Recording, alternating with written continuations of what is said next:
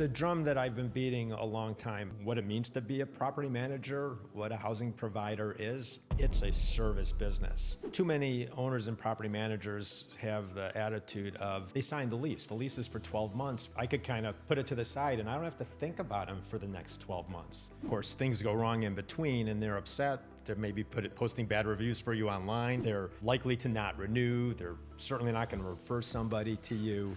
It's a service business, but you need to have the mindset that you're serving that resident every single day. They're coming home every day. If they pull that front door open to the common hallway in the building and they're upset with the service that they're receiving, every day you're kind of that bug that they're squishing that they're not happy with.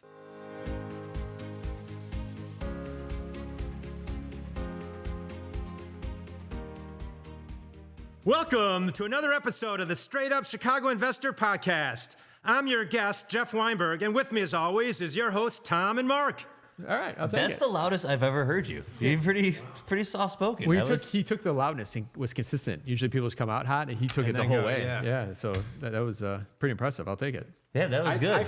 I've mellowed out as I've gotten older. If you, I've only known you from age 55 up. Exactly right. If you knew me when I was 40, you'd hear me screaming at times. Your kids are disagreeing with everything I'm saying right now. So, great episode. This is, it's so, everything we talk about, if you just looked at it on a piece of paper, be like, this is so simple. But that's what it is. Like, just follow these simple rules. Well, it ends up, a lot of these scenarios, he's been doing it for 20 years. He has a professional career before that. But a lot of these successes we see on here, or you just see anywhere, there ends up being this hockey stick climb where it's like steady, then boom. Just in the network I know, or people that in GoBundance, that's what it always is. You put in the time doing all the little things that we talk about on the show, being consistent and self-growth and everything else you're practicing that we talk about here. And then all of a sudden it all starts to come together. And then you get smarter, you have enough reps in, and then bam, you get this hockey stick type growth that you wanted 20 years before, but you put all the time in to get it. Yeah, and it's so hard to see that when you're new, but just the reality of the situation is the more deals you do, like you just mentioned, you get better, but also like the reputation, all of a sudden, like you're the guy that gets the call, right? You're the guy when you need a favor, it gets done. Like I don't want to say the rich get richer, but it's a snowball effect but you need to get to that point. Like you need to get in the game and you need to keep grinding and view things in 5-year chunks, 10-year chunks, 20-year chunks. So, all right, we talk a lot about housing providing. Let's jump in with the housing provider tip. All right, the tip. So I've been working with our leasing as our lease season's done here, just trying to grind it out. But the one thing that we went back and looked at our data for the year is people that were not allowing pets or just no pets at all, it took about twice as long to rent than people that were allowing pets. And we kind of changed something in our system with talking to these owners, because a lot of this ends up being education. It's like, all right, you got vinyl plank floors or 4-year-old carpet. You have a yard. Like people that are going to want your house are going to probably have a pet. Right now, it's 50% of people have pets. Another 18% might want to get them in the next 6 months. So when you click no and people go into Zillow to look for their search for apartment and they want pets and they hit yes, you just eliminated so much of your potential applicant pool. So keep it in mind. It's a business decision. If you got vinyl plank floors, you're pretty pet friendly. I'll tell you this, I can do a whole episode on this. Any horror story that you know of a guy usually translates back to that applicant being crappy. Yeah, someone with a 750 credit score, their pet's probably pretty well behaved. Like I'm going to make that assumption. Yeah, or that 6-year-old golden retriever usually is not the dog that's wrecking it. Maybe they might have some anxiety, but it's a business decision, and then you get pet rent as well too, or you get pet fees up front. However you want to structure it, you can do it whatever you want. But just keep that in mind. We noticed this year it took twice as long to rent units that were not allowing pets than ones that were allowing it. Ooh, I like the data point. Because before I know you used to say like, oh, you're eliminating this buyer pool, but here's some statistics. No, I was curious on it because we were stuck with a couple here at the end of the year where it's like, man, like we can't get anything. And then we switched right away to, and here's the other thing that we do is you don't have to say, hey, pit bulls welcome. You could do small pets only, which opens the door. Now you don't have to click no for pets. And now they could call you, hey, they got a small dog, which usually that translates, they have a 60, 70 pound dog. But it opens up. Now people are going to have the conversation. Now you can look at it in a case by case scenario. And we talked about earlier, fair housing. Like there's no fair housing when it comes to pets. Like you're not discriminating unless it's a service pet, but that's a different conversation. Yep. I want to talk about that though, because this came up to me. Someone says like, "Hey, I got a service animal. Are you allowed to charge pet fee?" You're not. Correct. But you are allowed to screen them. So we use, so along this line, we use petscreening.com. So everybody that applies, even if they don't have a pet, they don't pay for it if they don't have a pet, but they pay for it if they do. You get all this information. You get a FIDO score that comes out, and you can deny it. It's on a 1 through 5 scale, and for us, if it's a 4 or 5, we won't accept 4 or 5s. That means it's a dangerous breed. They don't have their shots. It's under 4 months old. like it's like all the worst case scenarios. But yeah, so you can screen them as well too. But you can't charge for the screening on a service dog, but you're still allowed to charge. And what the valuable part is that a lot of us, we all get scared when you see that service pet. Like, I don't get in trouble. Okay, you can have the dog. But they put it through a legitimacy test where they'll make you upload certain paperwork, and they'll go make sure it's not fraudulent, make sure it's not one of these doctors. And there's actually new laws coming out, I believe January 1st, that if you're going to be allowed or get the paperwork you need from a doctor, they have to be within the same state of you, which will be a big game changer for all these ones people are getting from Florida and out of the country. All right, let's jump in. Our guest today, I've had the pleasure of knowing for probably the past 4 or 5 years now. Also the pleasure of doing business with and owning several buildings, and just seeing the growth that has gone from in that short period of time, and then just the learning about the establishment and the foundation that led to all of this. Owner and founder of Drexel Properties, board member NBOA and NSBC. Without further ado, welcome Jeff Weinberg. Episode 200. So one way or the other. We tried. Well, maybe we'll push back this recording, or we'll push this back to 300 maybe. There you go. 400. Well, you can just invite me back. Yeah. All right, there we go. I'm looking for the jacket. All right. So Jeff was episode 1. We're joking because we were going to have him we talked about having 200 and then we didn't. So it's a sore subject. But episode 154, if you haven't heard his story, it's a great story. Starting with the duplex and getting to where he is today. And we've said this over and over on the show, like, this isn't just quit your job and, real estate solves all your problems. It's disciplined over time. And that's how you get to the point where these people that we interview are at. So it's not easy, but it's also not complicated. All right. So for Jeff's journey, go back to episode 154. When we recorded that, so we're going to pick up from where we left off. So this is 2 years ago.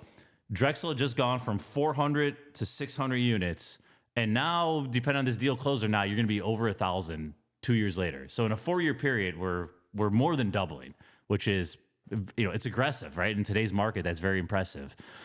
Talk to us a little about, just give us a quick rundown. What has happened over the last 2 years? We don't need to go into deals specifically, but what was your mindset 2 years ago till today of like, all right, we got to scale this thing, and we'll take it from there. All right. Well, so I started this in 2002, so almost 23 years ago.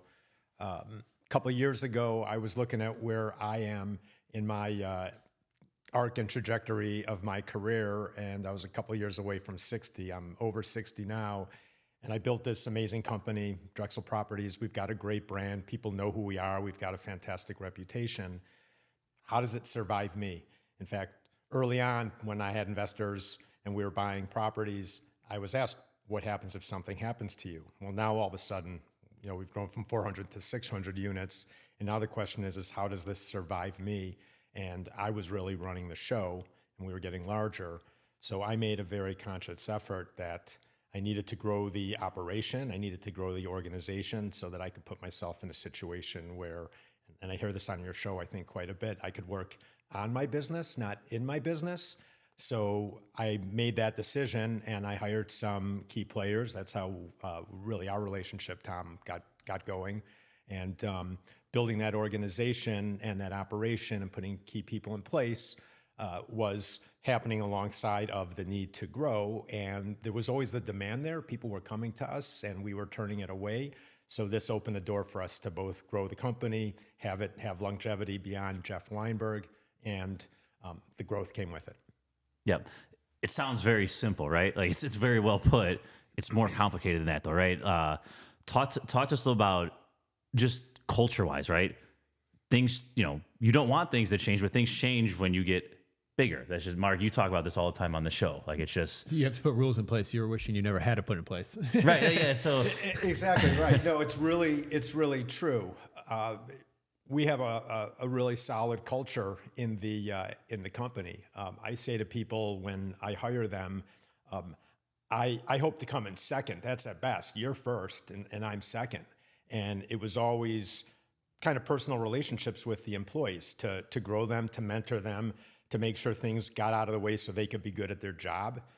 As you get larger, you can't spend one-on-one time with people every day like you used to.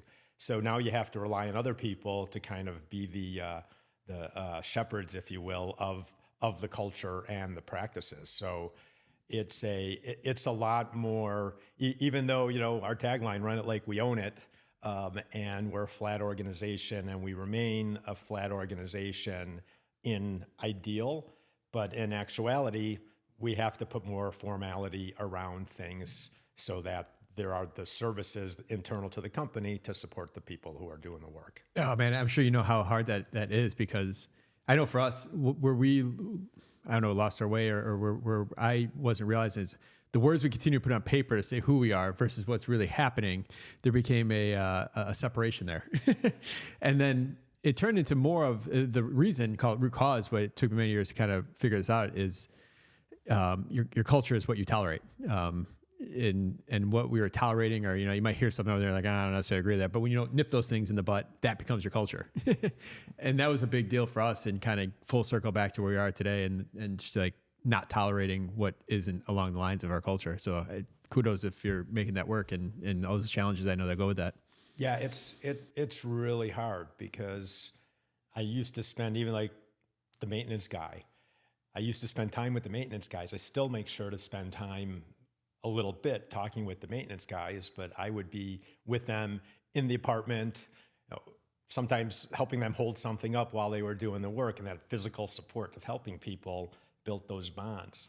Yeah. And now I find myself having to focus with intention to do, albeit a little bit of it, but to still do that so that those people feel that connection. I don't know if it's our industry specific. I'll call it property management or real estate investing. We all got into this because we're either good investing, we know how to manage properties firsthand ourselves, but it is such, so many property management companies never make it past a certain size because they don't know how to grow themselves to be able to, for us, we're at the situation right now where our leadership has to manage managers that are managing the frontline people. So you totally lose control of culture unless you got the right people in the middle. So it's a tough thing, I know, specifically for our industry. So, yep, that's almost everything as you get larger, and we're still, approaching 1,000 units, and we have fewer than 30 people in the company. So it's still relatively small, which is also what's great about this business, is that you could have a lot of moving parts and a lot of capital working for you with relatively few human resources to get through it. Before we dive in, though, I listened to our episode this morning, and the best thing that I think we talked about on that was paying your vendors quickly. You've leaned a lot on your vendors over the years to grow this relationship, or maybe keep your immediate team leaner. And I say that it's not a week that goes by that I don't talk about, like, hey man, just pay your guys quick. If you owe them $1,000, pay them today. It's just, a lot of times it's just like, you got to sell them over the money, but it takes you 3 more days, and they remember that, or they feel that. And but they definitely remember getting that money faster. So I just want to point that out for how big of a takeaway that was from the last episode. Yeah, I think there's kind of 2 components of it, right? Everything that you do, I think, in terms of like critical path, and most things are not. You could get to it, it's okay. Not everything is, there's kind of importance, and then there's priority or urgency for things that are still necessary to get done. When you're talking about your vendors or your employees, you want to get out of their way so that they could do what they ask. So you're calling up, whether you need appliance delivered or salt delivered because there's a pending snowstorm or whatever it might be. You try to plan ahead so that you're not breathing down their back and saying, hey, I need this tomorrow, but you're kind of planning ahead with them. And then when they deliver, you pay them. Then when you have the urgency, they'll jump through hoops for you. It's like you don't even have to ask them to do you the favor. They're already queued up to pay back, essentially. So it pays back a dividend over and over. There's such a feeling. I know you guys know this, what I'm about to explain. But if you're listening, like if you haven't had this yet, you'll have it. It's the moment where it's 11 o'clock at night, you maybe got a broken pipe, or someone's saying they don't have water. And there's that, oh my gosh, how am I going to figure this out right now? But when your guy says, don't worry, I'm headed over. I'm on my way. Yeah, 30 minutes. 30 minutes. Beautiful. Like you're like, That's the you greatest, probably the go to greatest text sleep. to You get. could probably go to sleep, depend on the text. You know he's going to solve. Like, that's such a good feeling. And that sounds like the relationships that you've built. Yep. Yeah, we had the episode, and we should have looked it up. But when we had Anthony on, who's core to this mission here, right? Like Anthony Rodriguez is a stud. We had him on for the boiler episode that we talked about, but like also just the city, like another relationship, another example there of just relationship with the city over 20 years. Like all that stuff doesn't happen overnight. It's accumulated, and then it's there when you need it, right? And it shouldn't be because, I'm going to need you later. Like that's not the mindset, but it's just reality. That's what happens. All right, so going back to scaling before we move on, one other thing I want to touch on is just how Drexel leverages technology, right? Like I've been very impressed with that folio. Like as a product, I think it's a pretty cool product, but just like what's in place there. And we don't have to dive too much in the weeds, but just talk about how that has also helped in scaling and keeping the team nimble, because there's a lot that can be done there that a lot of our listeners who only own 20 units, 10 doors, whatever, are not even exposed to this. So can we just spend 2 minutes here? Because you guys are both have been in the game for a long time. Right. So it's interesting. When I first started Drexel, and some of the things I'm going to talk with as I think about it are what kind of set me up for the success where I am now. And that is that from day one, I had one 20-unit property, and I went and I said, I need QuickBooks, and I figured out how to do that. That's a fun story in and of itself. But I built my management practice kind of independent from the building that I built. So it was almost like its own entity. I didn't have that in the forefront of my mind, but what I did have is that everything that I do, I'm going to have processes and procedures in place, consistency. I knew, and this came from my technology and systems consulting background coming into this, is that if you do the same thing over and over again, and as you have more different things to do, you do all those different things consistently the same way. And then, in fact, when you buy a new building or you have a new owner, you work them into the same patterns so that you're doing the same thing over and over again. Once you do that, then it's scalable. So the technology, and when I came across and evaluated Appfolio, I really liked the fact that it was just straightforward and easy to use. And while it has some constraints, it doesn't do everything, and some of that is because it's made easy to use, but it allows you to instill those best practices in the people that are doing work. It was kind of simple in a way. I think I picked the right tool in hindsight. I've been using Appfolio for 12 years now, and it's grown and it's evolved in a good way. But whatever tool and technology, the other piece of it is that we've used it to its fullest. Like when COVID first hit and there was rental assistance when people weren't going to work and you needed to fill out all this paperwork, and people were worried about tenants paying rent because everyone was told not to pay their rent. I was talking to other property managers using Appfolio who are kicking information out and manipulating things on spreadsheets. And I was like, it's all in the tool. Why aren't you using the tool? So when you do pick a technology, learn it, leverage it, and use every aspect of it that's available to you, it will simplify your life rather than doing things redundantly over in different tools just because you're familiar maybe with doing something in Excel. Use the tools that are built to do the work.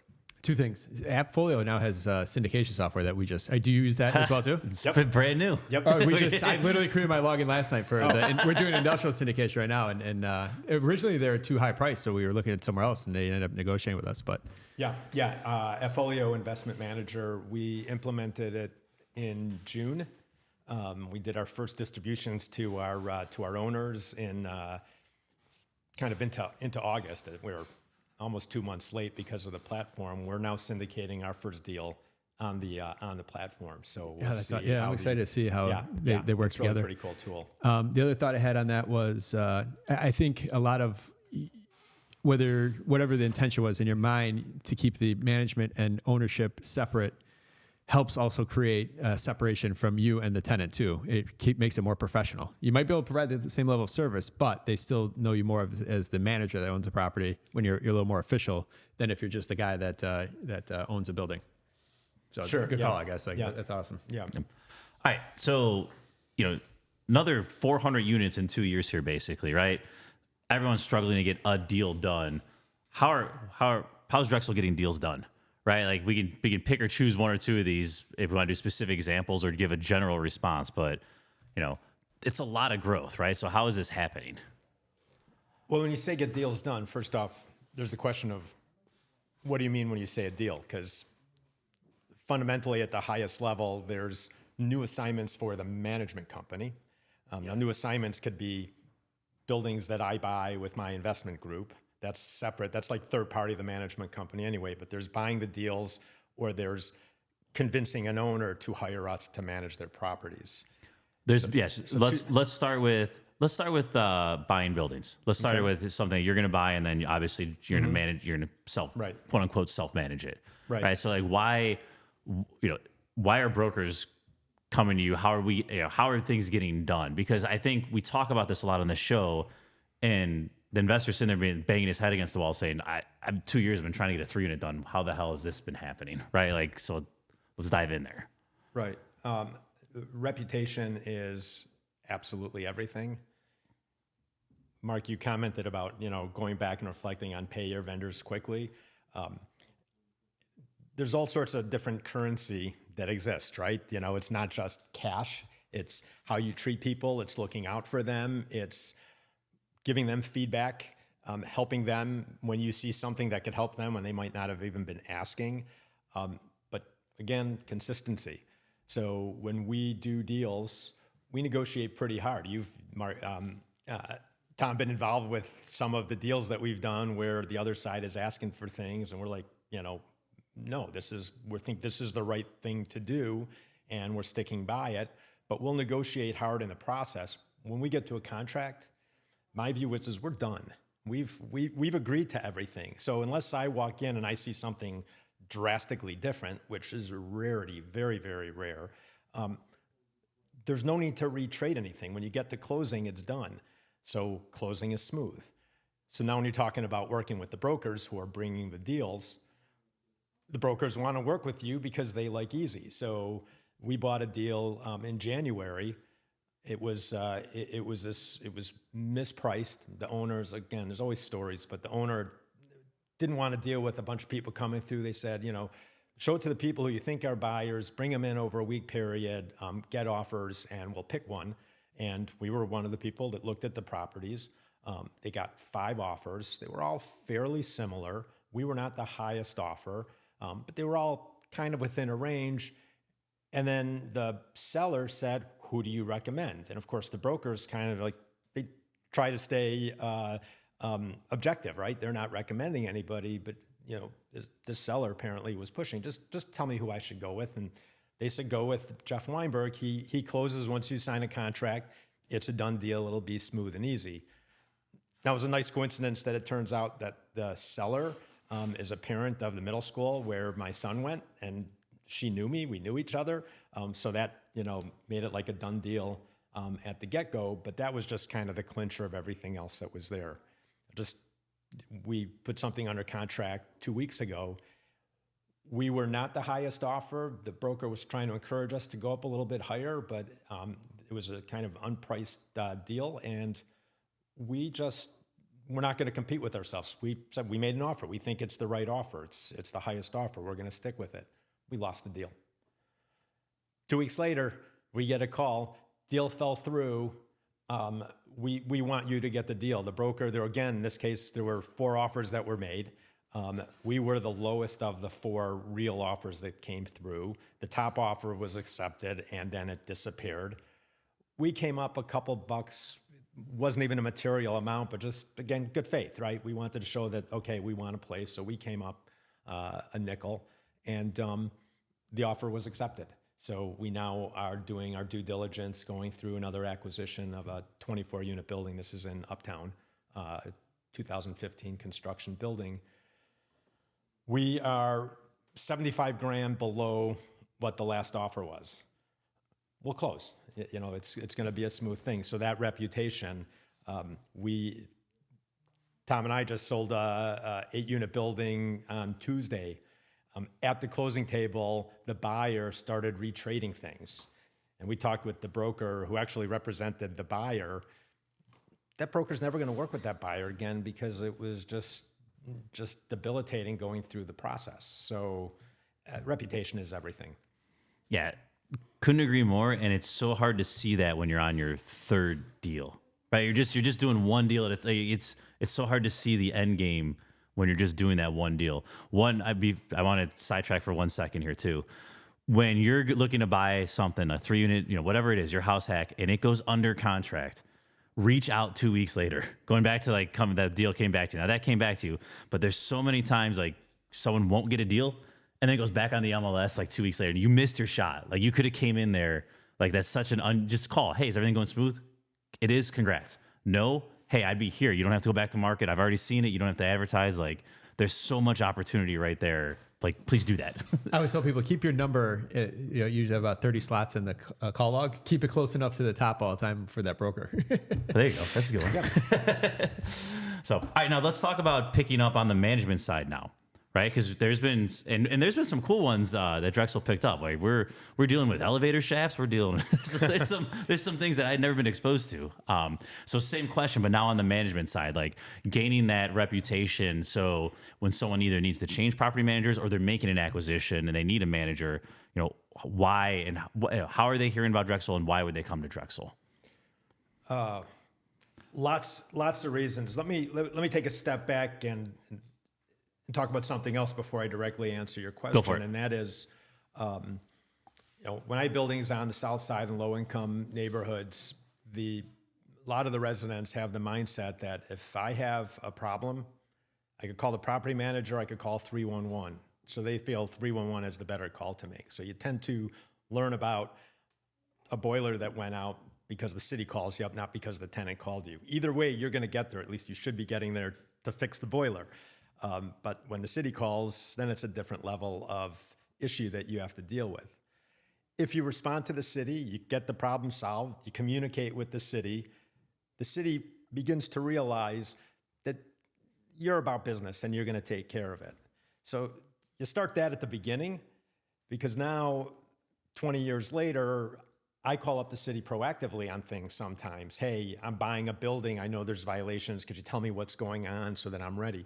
It actually cues me up to be in a better position to make the acquisition because the city now knows me. They're happy that I am going to be buying the building, so they're kind of clearing the way to help me get through it. That's one of those things about following up and staying in touch. That reputation with the city ends up being a selling point for us with third parties. So now I'll get to the question or the opportunity that we got that you brought up. There was a building that was built, I might have the years a little wrong on this, so forgive me, but building was built in 2010 in West Rogers Park. It was a 250-car parking lot wrapped with retail on the ground floor, I think about 30,000 feet of retail on the ground floor. They start building this building. Somehow through the process, the shifty developers did something with the city and got permission to build 2 more floors above the parking garage of apartments. So there are 36 apartments on top of this 250-car parking garage with the 25,000 square feet of space. All sorts of issues came up. The first developer actually took a big draw and disappeared. So somebody else got involved. Then it went into foreclosure, and the original lender, it was a hard money lender, it was actually some wealthy individuals. They put up the money. They finally got the building back in something like 2017, 2018. About 2 years ago, we got involved with this building. It's this massive building. It takes up almost an entire city block. It's on the corner of Devon and Rockwell. You can't miss it. It's a big, bright, pink, orange, red building. It's kind of fun looking. It looks like it's something I think you'd see in California, not on Devon Avenue in West Rogers Park. Inside of the building, you have 2 elevator shafts. You have one that takes you up to the resident units, and you have another one that's strictly for the parking garage. The elevators that they built in the parking garage with this whole crazy developer, they just went and got elevator parts and built an elevator. It's literally, it's a Chinese manufactured elevator that doesn't meet any city code. So the city shut the thing down. And there's all sorts of other building violations that were in there. And the operations and the possibility of getting everything finished up with this building was a mess. It came to us to manage the property. Again, we have the relationships, we had the reputation. When the owner was looking around, and by the way, this owner lives in Los Angeles. So when this owner is trying to find somebody, they're asking questions. There were a lot of fingers that were pointing, you want to talk to Drexel Properties. So we got the call. So right now we are— Real quick, just to interject, like, that guy is losing hundreds of thousands of dollars a year by not having the parking garage open. There's 250 spaces you can't use. Right. Because it's not open. Like, it's... Yeah. There's probably 50 monthly parkers that would rent in that garage. It's guaranteed base income from this that he's missing out. So we got involved. It's, about 18 months ago? We've gotten involved with it. The first elevators will be, there's 2 elevators in the shaft. One will be running before the end of this year, I believe. But it's been a whole process to go through the permitting for it. Getting an elevator built is really hard. Components, apparently, I've learned, are really hard to get because of supply chain issues that go back to the pandemic. So it's been a real effort to get that going. But again, we're slowly clearing up the violations. Probably by the time we get these elevators finished, all of the violations will be gone from the building. And then the owner will be able to be in a position to put debt on the building and figure out what their strategy is, their exit strategy is probably on this building. Yeah. I mean, there's more to that too, man. Like, you walked in there, there's a lot of things that weren't built right as well. Like, it's not just the elevator. Like, that has been a full project that I think there's a lot of, it's not just collecting rents and sending out notices. Like, it's a true hands-on experience. There's, I don't know, the building footprint is 30,000 square feet. I don't know the exact square footage, but you got this giant flat roof on the top of the building.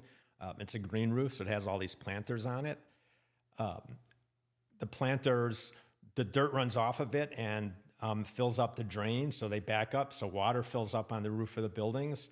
And now you have, if you could picture, the elevator equipment sits up on the roof above the top of the building because the elevator goes up to the top floor.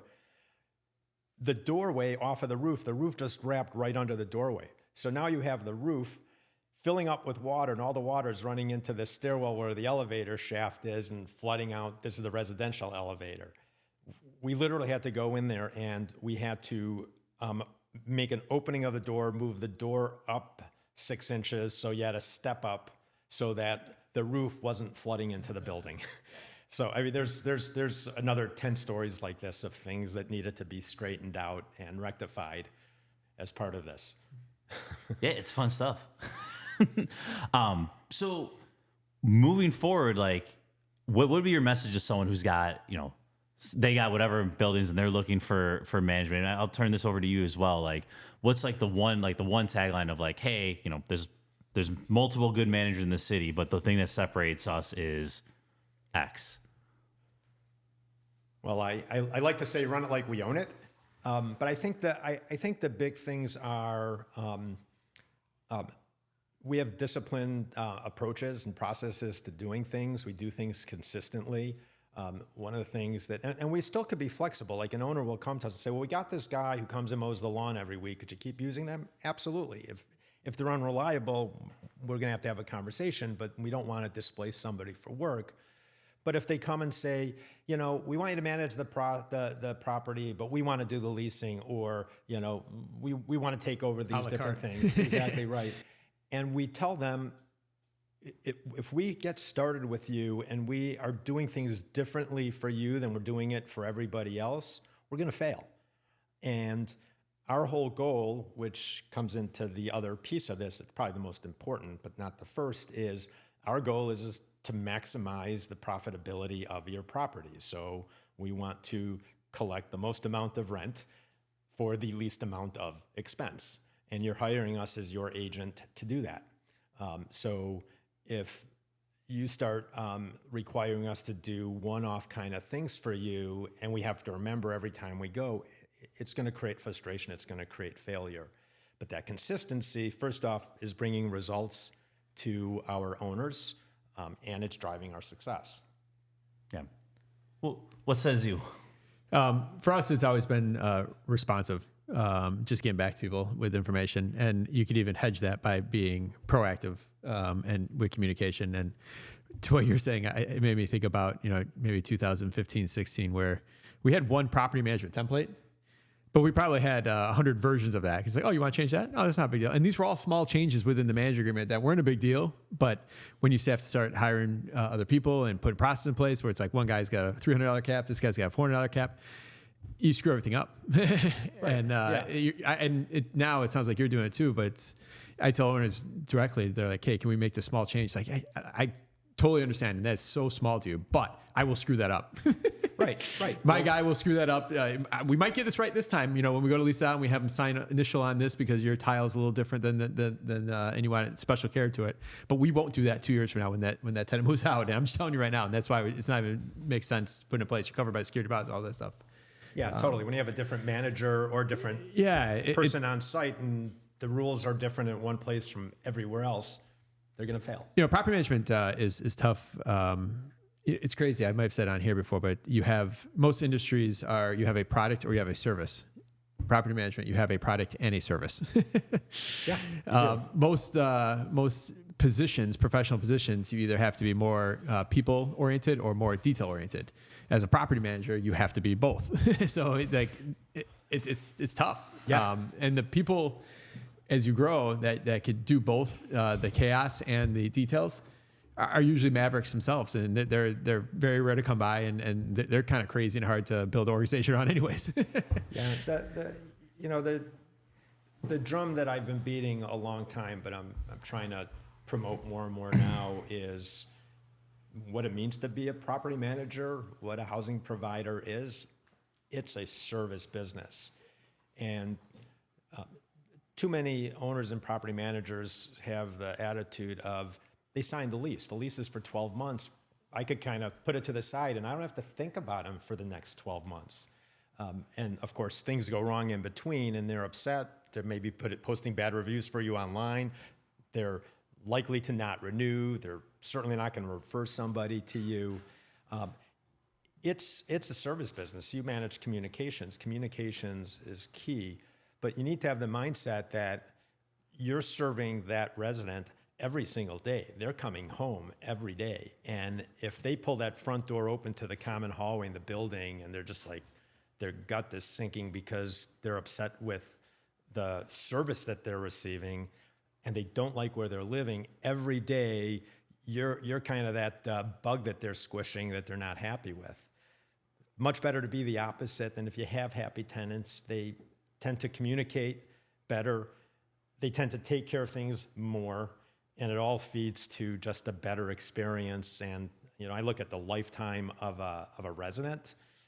And if you could extend that as long as possible, I think that you've got the best profitability from that tenant. So it's all about service. And that's one thing. The further you could kick that turnover down the road, that's another difference for a property management company if you're able to articulate your turnover or how few turnovers you have or your frequency. I'm looking for the right word. Time and place. The property management industry has such an opportunity here in the United States, and it's only going to grow as there's more regulation in place. I don't know if you know this, but in Australia, it's about 80% professionally managed and 20% self-managed. Mm-hmm. And we're about 20 years behind them. So right now we're about 35% professionally managed and 65% self-managed. So there's a whole blue ocean of opportunity out there. And that's why I never look at other property managers' competition, because there's you and me aren't competing against each other. We're competing against all those self-managed. We have to find a way to justify the value to them to be able to get that business. And there's just an opportunity so anyone looking to start a property management company. Yeah, no, it's getting harder. I mean, I look at Drexel. GC's the same way. You have the reputation and the footprint already. With all the regulations that are continuing to introduce themselves, there's so many gotchas where you could get in trouble that compliance is becoming more and more difficult. It's making it harder for you to self-manage a property. And on the flip side of that, I've been saying if you're managing more than 10 units, then you need to educate yourself. There's no license requirement to be a property manager. It's almost like you should have an attitude like, what do I need to do to stay above where I need to be? You interviewed Taft West, about a month ago. When I first started this property management business, I took that CIC course awesome. with Taft, and I became friends with him from that class that I took. But it's important to know what you're doing, to know what the laws are. Again, this morning driving up here, I was listening to the podcast, and I think in the tip you were talking about how you advertise. No Section 8 accepted. Right there, you're setting yourself up to be in trouble because you already haven't followed fair housing laws and fair practices, and you're setting yourself up. So it's becoming harder to just step into this business and do it in the right way, in the legal way. Yeah, and then it comes down to time too. The less you know, the longer it takes you. And other people, I guess, easy, but a lot of those people aren't following a lot of the regulation. They're not using the right lease, or they're not. They think just because. Here's one thing that I see people get in trouble all the time. Self-managers like, oh yeah, I live in the building, I'm exempt. I'm like, all right, did you market in your marketing that you're exempt? Did you have the tenant sign off that you're exempt from the ordinance? They're like, I didn't know how to do that. I'm like, all right, man, well, now you got to, or make sure you do it next time, or hope you get out of this one clean and do it going forward. Yeah, it's not the sexy part of the business, but like the overarching comment I have on all this is like, we don't spend enough time protecting our downside. Right, just as human beings, it's always like grow, but like you don't think about that defensive side. Oh, this won't happen to me. This won't happen to me. It's like, no, like you need to know these things. If you're gonna do it yourself, like then you need to be with, go to the CIC classes, join the NBOA, like all these. There's resources out there, and like you need to know that. Well, the other thing we talked about here, you don't sell buildings, and the one thing I've talked about here on 300 episode and stuff, like I sold too many buildings. But you look at why people sell buildings a lot of times, it's like, oh, they had a bad tenant, they had a bad experience, or that just has a bad aura to it. It's like, I'm sick of dealing with that building. I'm done with 2 flats. I'm only gonna go for big buildings. It's like, yeah, but that's all emotional type things. And if you had the right team in place, and it's not even hire a manager, it's just having the right resources around you. You could pin on a lot of resources around property management these days too. Maybe just outsource maintenance, or maybe just outsource this. That's not what you and me do, but like. People are selling for the wrong reasons, which ultimately hurts our existence of why we're here, is to help people grow financially. Well, it's interesting because a lot of people say they hate the management side of this. I love it. It's a people business, but you need to have thick skin because it's only a few percentage of your overall tenants that you have to deal with this, right? But because overwhelmingly tenants are nice, they're cool, they're happy with where they live, especially if you're giving them reasonable service. There are some people that no matter what you do, you can't please. There's some people, small percentage, that are just terrible, and you just deal with them. But the flip side of that is that there are so many just amazing stories of interactions, of ways that we've helped tenants, of things that we've done for tenants that we never even knew about. It just happenstance. But all those good stories far outweigh the challenges. But you need that thick skin. And we've talked about this recently too. I think the importance of what we're talking about right now in providing that service and being part of people's lives, and even for the self-managed landlord, that's what's going to help us on the other kind of what's coming over loss of words, but what's coming up in the future here is all this tenant regulation, or these tenant advocates. Like, they're coming hard. They don't know what to do, but except just blame us for being horrible people. They don't even have a strategy necessarily, but it's going to be us having to stop being defensive and kind of come to the table and say, well, what do you want from us? Or how are we going to do this? Or how can we come together? You want this? We're trying to do this. Like, we're not that far off. And that's the thing that the kind of message to all landlords out there: the better service we provide, the less we'll have that, or the closer we are to a solution to keeping peace between tenants and owners. I was talking with an alderman last week about the Northwest Side Ordinance to preserve housing. The alderman is an alderman at a building that we own. It's a building Tom and I own together on Addison, a couple blocks east of Pulaski. And the alderman said, we need to protect tenants from all the bad landlords. And I had to push back on that. And I told an interesting story because I used to manage hundreds of units in low-income neighborhoods. In low-income neighborhoods, there's different challenges with managing properties. Those neighborhoods are rough. Overwhelmingly, the people that live in those neighborhoods are decent, good people, and there's a small percentage that make the neighborhoods look bad, and they're the veneer, so you see the veneer is all you see, so you assume everybody is bad. They're not all bad. It's the same thing with property managers. There are plenty of bad actors, and probably more than there should be, and I think a lot of those is because they're not well enough educated, they don't understand what their responsibilities are, so they look like the bad people.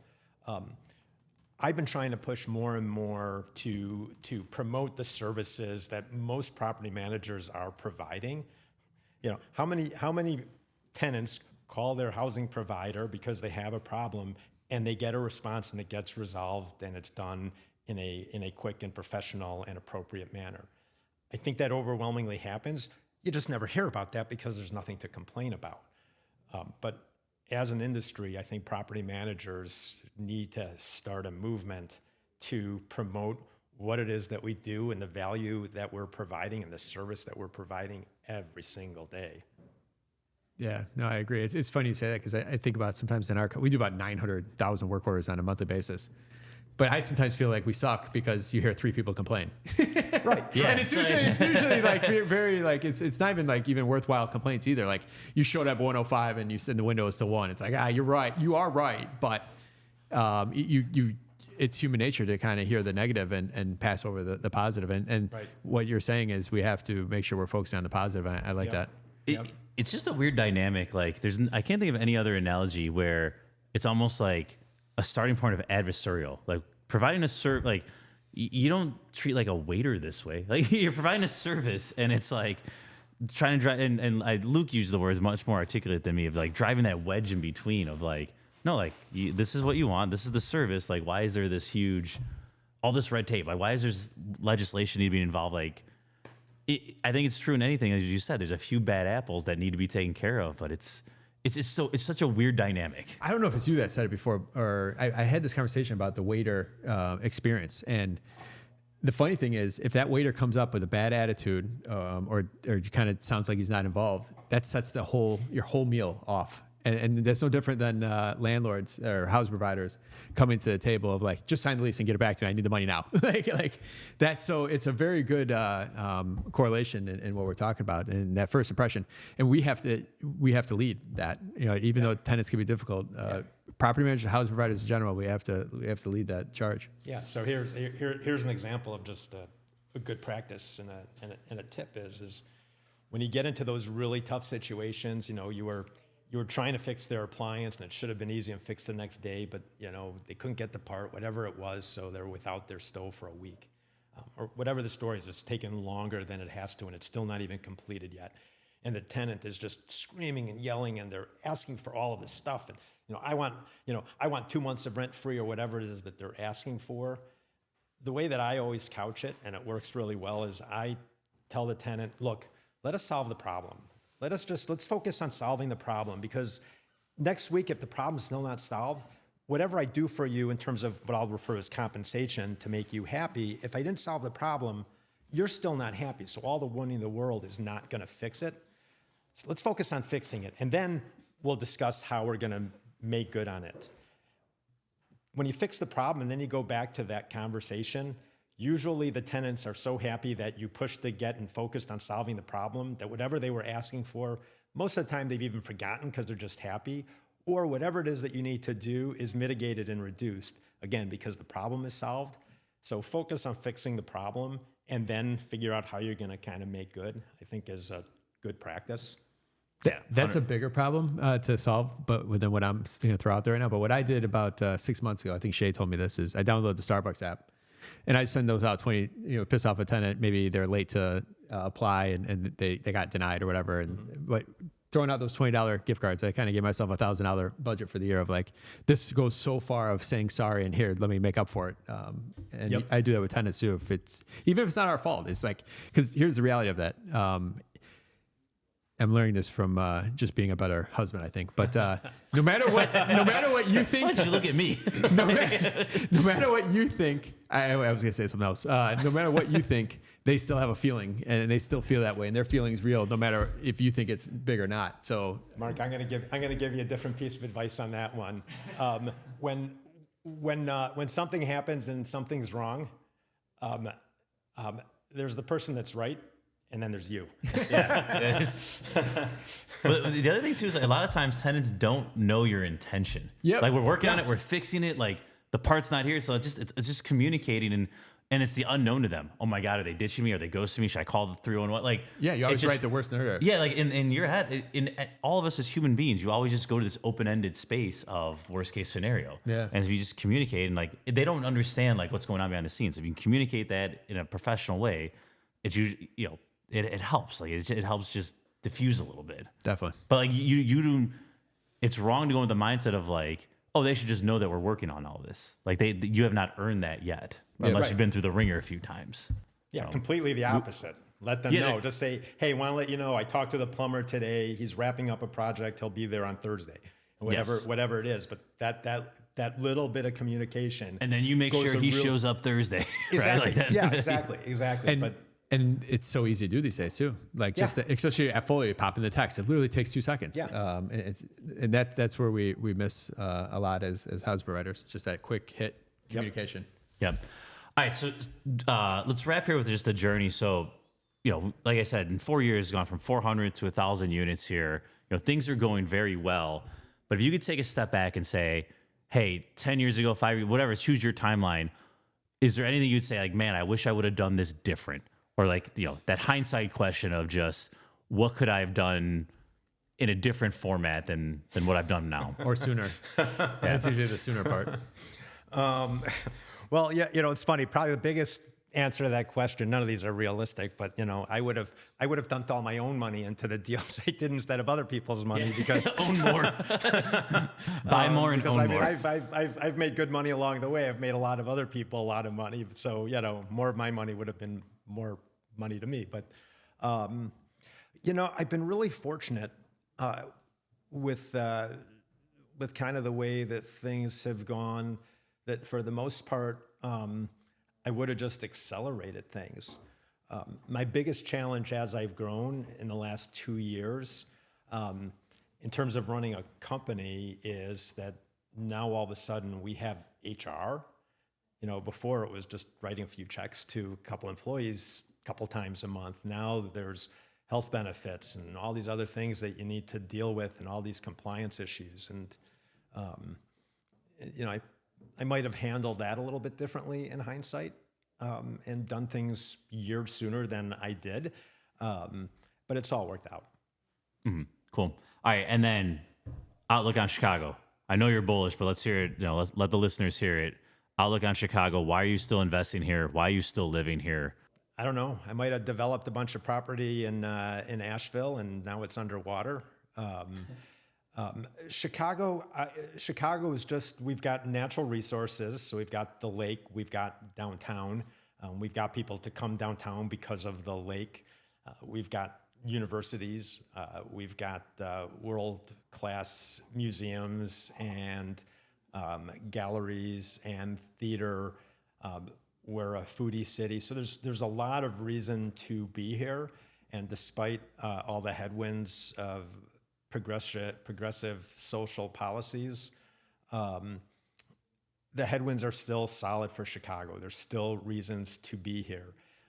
The cost of living is still far lower than a lot of other places, and you have the amenities. So I think Chicago is a great place. Again, that's the conversation I was having with a few aldermen over the last couple of weeks with this ordinance. Is I'm talking about looking out 50 years from now.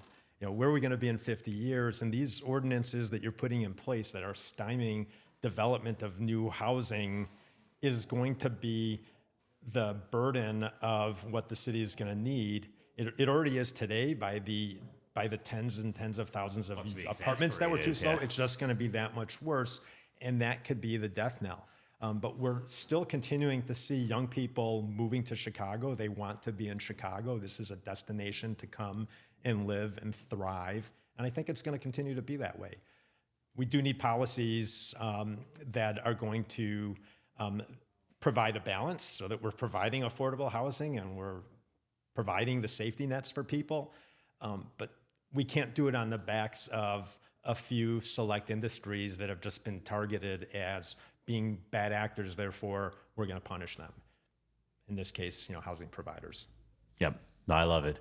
Anything else to add? Or are we wrapping? That's it. You got different questions for the wrap? Or different answers? Different questions. Oh, we'll see. We'll see. Yeah, you should make it us. All right. What's your competitive advantage? How have you been able to do this? When I started doing this and still to today, I view myself as just a very simple guy, followed by some very simple beliefs and practices, and I just stick by them. Be fair, treat people fairly, take care of them in the way that you would want to be taken care of, and those types of things. And just I've always stuck with it. I wear it on my sleeves. People know it, and because of that, people trust me. They respect me. Today, I now have a pattern and history of it, so people don't even question it. But when you're starting out, I think those are critical aspects. Yep. What is one piece of advice you would tell someone that is yet to buy their first property here in Chicago? Same thing that you hear over and over again. Just do it. Don't torture the numbers. Don't be afraid to do it. Don't think that now's not the right time, because we got a new president or we don't know what's going on with interest rates or whatever it is. The sun is going to come up tomorrow.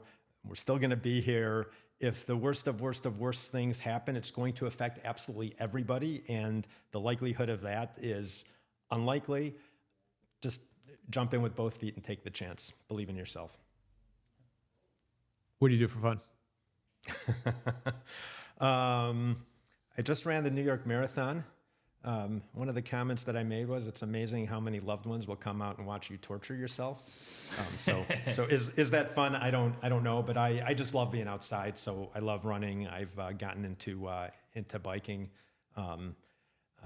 I turned 60 this summer, so I planned a trip with a handful of friends. We rode our bikes from Banff, Canada to Glacier National Park along the Continental Divide. Love traveling. I've got 3 grown kids. Love hanging out with them when I can and traveling with them. Yeah. When we had you on last, I think you'd only done marathons on 4 continents. You're a huge slacker. Are you at 5 now or 6? No, it hasn't changed. Although I did run in Tokyo last year. Okay. So that was my second one in Asia. I didn't know you already had it conquered. All right. A good book, podcast, or self-development activity you'd recommend to our listeners? I was actually planning for this, and I was thinking about it. There's a YouTube channel that I've been watching for more than a year now. A guy named Mark Cunningham, PM Build. He does it a couple times a week. He used to be more consistent, but he does it at least once or twice a month. He does like 8-10 minute videos, and it's just, he gets into details on all sorts of tips of what you should be doing as a property manager, how you should handle renewals, should you give away incentives in rent, how do you grow your management company, how to respond to a challenging situation. Very practical, hands-on kind of advice. I've been watching it. I know I've told you about it a long time ago, Tom, and I tell all of the guys that work for me that it's something to watch, because there's most of the stuff he talks about I know, but I still get morsels out of it and good ideas, and it's certainly good for people who don't have the same experience that I have. He's so good at articulating. He's shifted all his efforts. He's got a podcast that's coming out every week now. I know, right? So I've been listening to that. Yeah. So, but yeah, no, he's got great tips. So, other than yourself, name a valuable resource to other Chicago investors. This one I did not think about, or I thought about thinking about it. There's just too many. You said that last time. There's so many. They're just. There are so many people to go to. we buy appliances from Kohl's Appliances. Kevin Cranzi at Kohl's is great, and if you take care of him, he takes care of you. He'll find the tough things that you don't need. I'll leave it at him, but I reached into the bag and that's the one that came up. All right. I can't remember Kevin's episode. We had him on. It was a good one. Yeah, He's good. and he's a cyclist. I did not know that. Yeah. I knew he was a bowler. He talked about bowling one time, like in depth. I was like, dude, I go once every couple months. I thought he was a pianist. I love saying that. So, all right, Jeff, thank you so much. You provide a ton of value to our listeners. How can they learn more about you? Is there any way they can provide value to you? Well, if you have property, particularly in the city on the north side into the north suburbs, and you need help with managing, give us a call. Reach out to us. If you just need advice on something, I'm happy to talk with you. My email is jeff@drexelproperties.com. Great place, I think, to follow me is on LinkedIn. I try to post thought leadership pieces up there. We post things from the company on a regular basis. So there's good vault of information out there if you want to get a little bit more into the way I think and see things. All right, good stuff. And we'll link to all that in the show notes. All right. Who are we playing for? Who's sponsoring? All right, playing for Megan Ortiz, who bought a T-shirt off Straight Up Chicago Investor podcast merch store. And today's sponsor is Renovo Financial, the Eric Workman team. So, Megan, if Jeff or I get this right, you get a $50 gift card brought to you by the Workman team. All right, so thank you, Megan. I did not do a Southport question because I kind of figured Jeff might be studying for this. So we're going to go with, I don't know if we've done the Haymarket Massacre before, but for our listeners who don't know, workers rallied for 8-hour days. Someone throws a bomb at a police. They open fire in the crowd. It's a whole disaster. So the question, though, is in what year did the Haymarket riot occur? And your options are 1886, 1899, 1908, 1922. So 1886, 1899, 1908, 1922. That's after all the Pullman stuff. I'm going to go with 1899. Okay. What did he say? 1902? 1886, 1899, 1908, 1908. 1908. I'm going to go with 1908. Oh, guys, 1886. Early. Early. Oh, yeah. Oh, man. I thought it was right around 1900. I would also gone in that range. I would not have gotten that one. I would. 1886 is early. Yeah, it is. It is. But that was kind of the times you had all the stuff with Pullman and like they were having all their issues with their labor and it was a very local issue. Chicago very much in the labor movement back then. Yes. We're doing a lot of that. What a bummer of a show now. Come on, give me another question. All right, Megan. The good part is we're going to put your name back in the hat so you can get drawn again. Thank you again for buying a T-shirt. Hopefully I'll see you around wearing it one day. But Jeff, thank you. Tom, thank you. I said this last time. Smash the subscribe button on YouTube and follow us. Smash all the time. Forgot about that. Go on YouTube, smash the button. We got our shorts on there. We're putting now these live episodes on there as well too, our in-person episodes. Check it out. Jeff, thank you. Tom, thank you. Listeners, we'll see you next week.